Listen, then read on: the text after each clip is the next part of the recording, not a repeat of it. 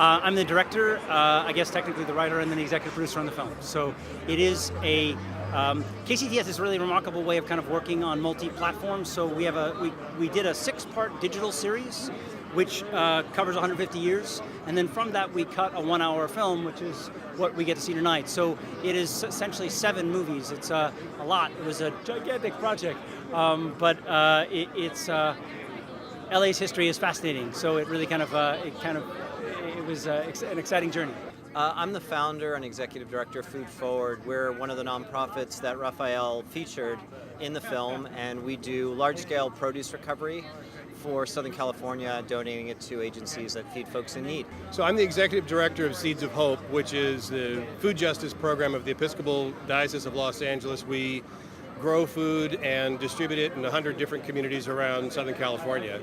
And my family, I'm actually a 5th generation Los Angeles farmer. My family's been farming here since the 1850s, so it's a long history it actually connects from the beginning of the film with the history all the way to what folks like us are doing now, urban farming, and trying to help out with some of these issues around food security.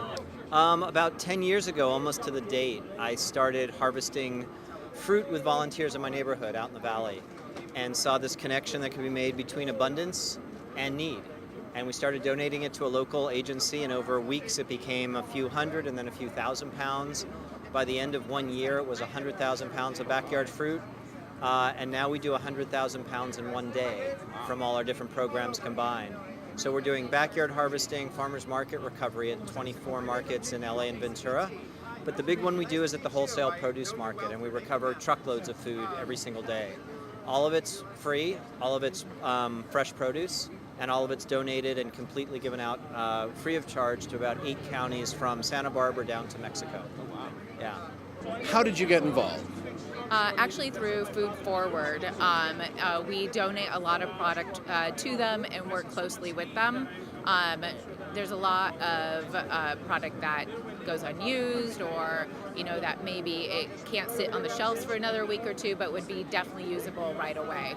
Our produce is often 100% viable, meaning there's not even a nick or a scrape on it. It's just there's something fresher coming up the road, so these huge wholesalers are kind of dumping it to just make room in their refrigerator. What's wrong with that picture? There's water, there's oil, there's all kinds of resources, human capital, farm worker labor going in to grow this food, and we're throwing it out when there's 2 million people in the region hungry. It just doesn't make sense.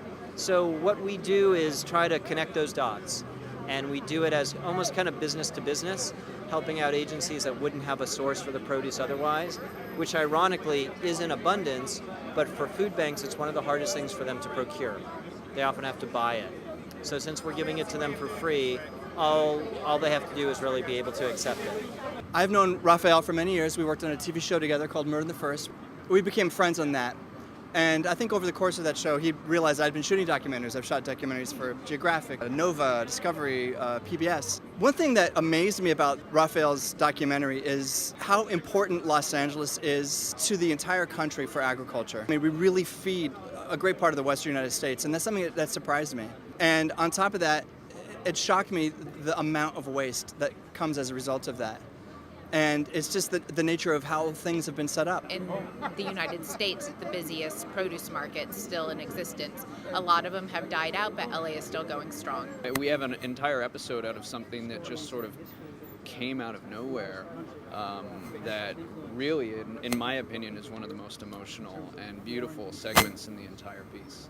We go into the history of Watts. It started as this amazing farmland, and it's sort of like it's representative of the whole, because it is now a food desert, or considered to be a food desert. And so what's really emotional to me is about how the citizens of Watts have historically transformed their neighborhood, and how they're doing it again. And I don't want to say too much, but we go into that. There's a whole lot of us who are trying to do what we can to address that and fix some of the structural inequities in our communities.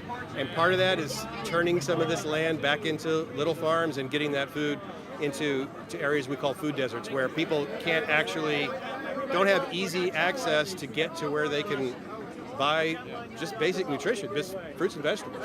Our website is pretty much one-stop shopping, whether you're a volunteer, a donor, or someone who wants to give us some money. Foodforward.org is the place to go. Really easy calendars, really easy navigation, and a lot of education on it as well about food waste, stuff that even a fifth grader can understand. So we feel like there is, again, a large community here we want to bring together tonight, but if you're interested in what we call gleaning or recovering surplus produce, foodforward.org would be a great stop. It's a parable for other cities. It says so much about urban life and how we deal with our environment and how we deal with the people who need food.